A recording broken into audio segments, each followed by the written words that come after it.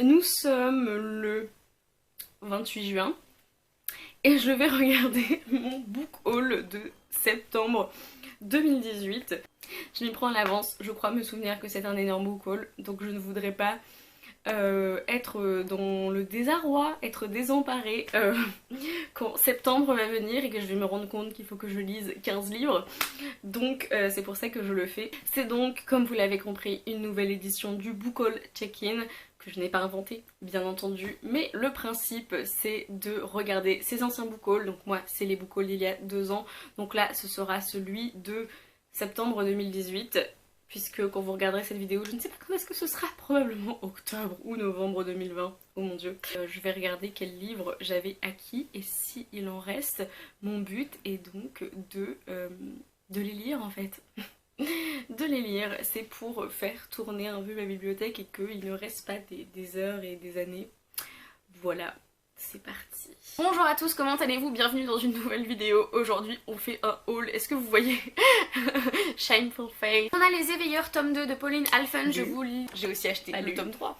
On m'a offert pour mon anniversaire No Home de Yagasi. Ma petite Marion de la chaîne et du blog Entre les lignes m'a envoyé Sky in the Deep de Adrienne Yang. Je lui ai... Alors j'ai acheté Darwinia de Robert Charles Wilson. Pareil, je l'ai vu sur la chaîne de Pico Books. Je crois qu'elle l'a lu il y a pas longtemps.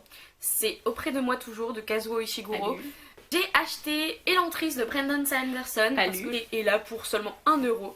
Les Mystères de Londres de Paul Féval. J'ai aussi reçu de la part des éditions du Rouergue le prochain livre de Alex Cousseau qui est Nihil, le tourbillon du temps. J'ai aussi acheté Les Envoûtés de Witold Gombrowicz. Juste pas lu. On continue avec Emergency Contact. Je l'ai eu à Shakespeare & Co en occasion et pareil de Surfacing. Je l'ai eu à 6€. J'ai profité des soldes sur les éditions du Chat Noir pour acheter Eros Automaton de Clémence Godefroy. J'ai aussi acheté d'occasion de Goldfinch de Donna Tartt. J'ai lu The Secret History ah non, pas au mois de juillet. Et pour les autres livres que j'ai eu d'occasion, je me suis pris Si c'est un homme de Primo Levi parce que je ne l'avais pas et que je ne l'avais pas encore lu et voilà, il faut que je le lise.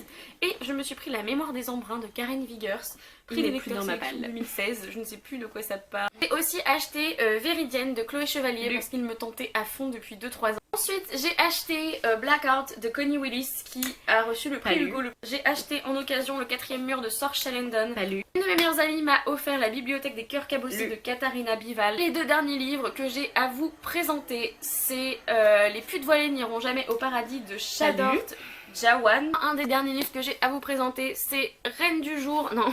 Oui, Roi du matin, Reine du jour de Yann MacDonald. Et après, c'était les livres pour le master, donc autant dire que s'ils n'ont pas été lus, ils ne seront pas lus maintenant, hein. Donc voilà, j'ai juste... je crois que j'ai genre entre 10 et 15 livres à lire, et je suis là en mode... C'est un désastre. Sauvez-moi, sauvez-moi. Je savais que c'était un désastre, mais alors là... Je vous retrouve quelques mois après avoir tourné cette première partie de vidéo où j'ai tellement de livres à lire que c'est incroyable, hein. Voilà, tout simplement. Et je reviens pour vous faire la première partie du bilan parce que oui, je n'ai pas réussi à lire tous ces livres. Je veux vous parler des livres que j'ai lus, que j'ai abandonnés dans cette sélection et faire la première partie de ce book haul check-in. Tout d'abord, les livres que j'ai lus, bah il y en a seulement 3, hein, et 2 abandons, donc... C'est intéressant, c'est toujours intéressant. Dans les livres que j'ai lus, il y a le tome 3 des Éveilleurs. Je vous mettrai en barre d'infos l'update lecture dans laquelle je parle de ce livre. Mais ça a été une très bonne suite de saga et donc j'ai été plutôt contente de le sortir de ma palle.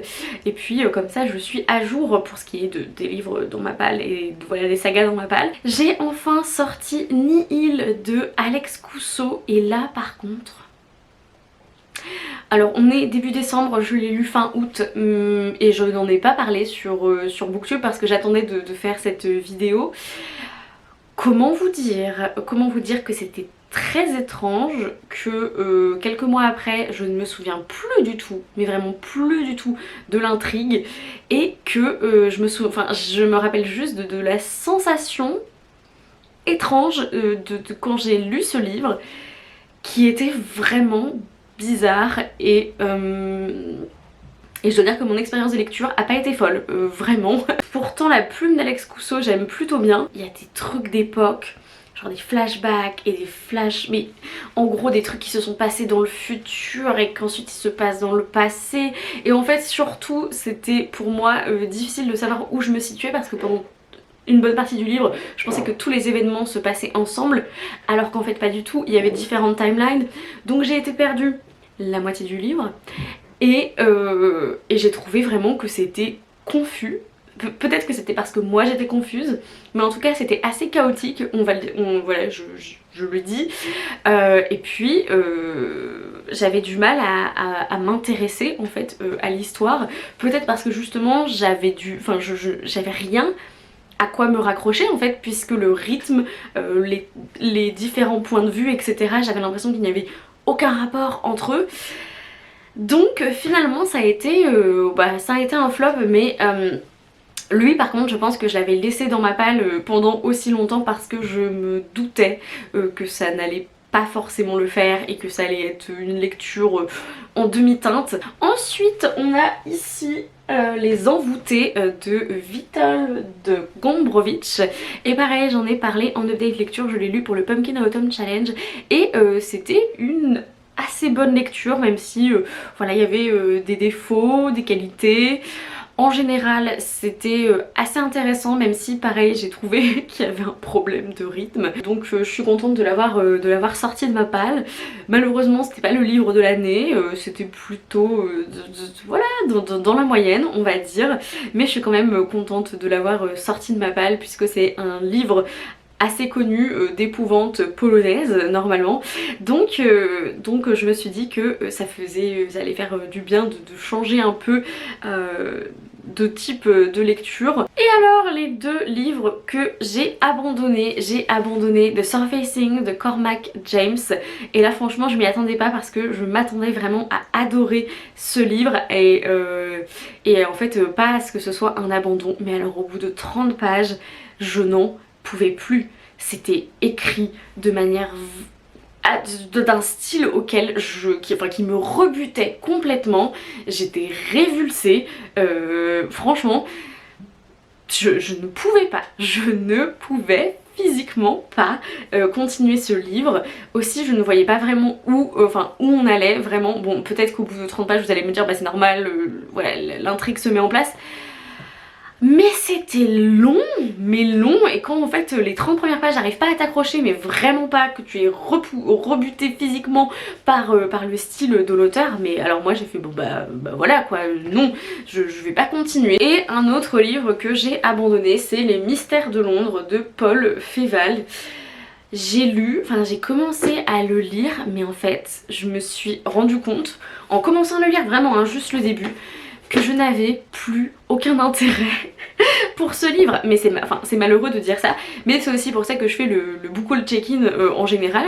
C'est parce que ça me permet de me dire bon bah ça voilà, ça vient de ma palle, j'essaye, je lis genre les 30, 40, 50 premières pages. Si ça me plaît pas, et voilà quoi, enfin j'ai 120 livres à peu près dans ma palle là, ce qui est beaucoup moins qu'en 2019, beaucoup moins qu'en 2018, etc. Ma palle au fur et à mesure baisse, mais 120 ça reste quand même énorme. Mais en fait j'ai juste plus envie de lire ce livre.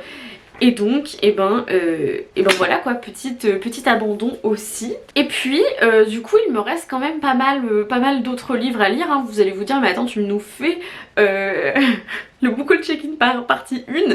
Mais en fait, c'est parce que je suis passée par une grosse phase où je n'avais pas du tout envie de lire de SFFF. Et je n'avais pas non plus envie de lire de livres historiques. Et c'est les deux seules choses qu'il me reste dans cette liste. On a pas mal de SFFF avec Elantris, Darwinia, Blackout, Roi du matin, Reine du jour. Donc ça fait déjà 4. Et franchement, je m'étais dit que j'allais les lire pendant l'automne. Et aucune envie de lire de fantasy, aucune envie de lire des trucs sur la magie, vraiment rien du tout. Par contre là, cet hiver, je sens venir l'envie de relire de la fantasy. Donc je vais me faire plaisir et vous verrez la partie 2 de ce book haul check-in probablement pendant l'hiver 2021 puisque c'est moi qui décide de faire ces book haul check-in et que je ne dois rendre de compte à personne à part moi-même. Bah du coup je me suis dit que j'allais faire ce book haul check-in en 2 parties. J'ai pas envie d'être obsédée par la performance, par l'idée qu'il faut que je lise ces livres, etc. J'ai envie de lire des livres donc enfin voilà, tout simplement que j'ai envie de lire et même si j'aime toujours le principe du book haul check-in parce que ça me permet de sortir des livres que j'ai lus, enfin que j'ai lus non, que j'ai acheté il y a 2 ans ou que j'ai reçu il y a 2 ans.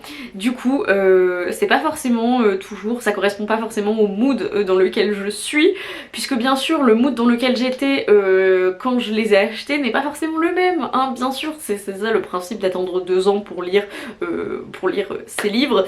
Mais bref, voilà, j'espère que cette première partie de vidéo vous a plu. Vous savez du coup quel livre attendre pour la deuxième partie de la vidéo, donc ça vous fait peut-être un petit suspense.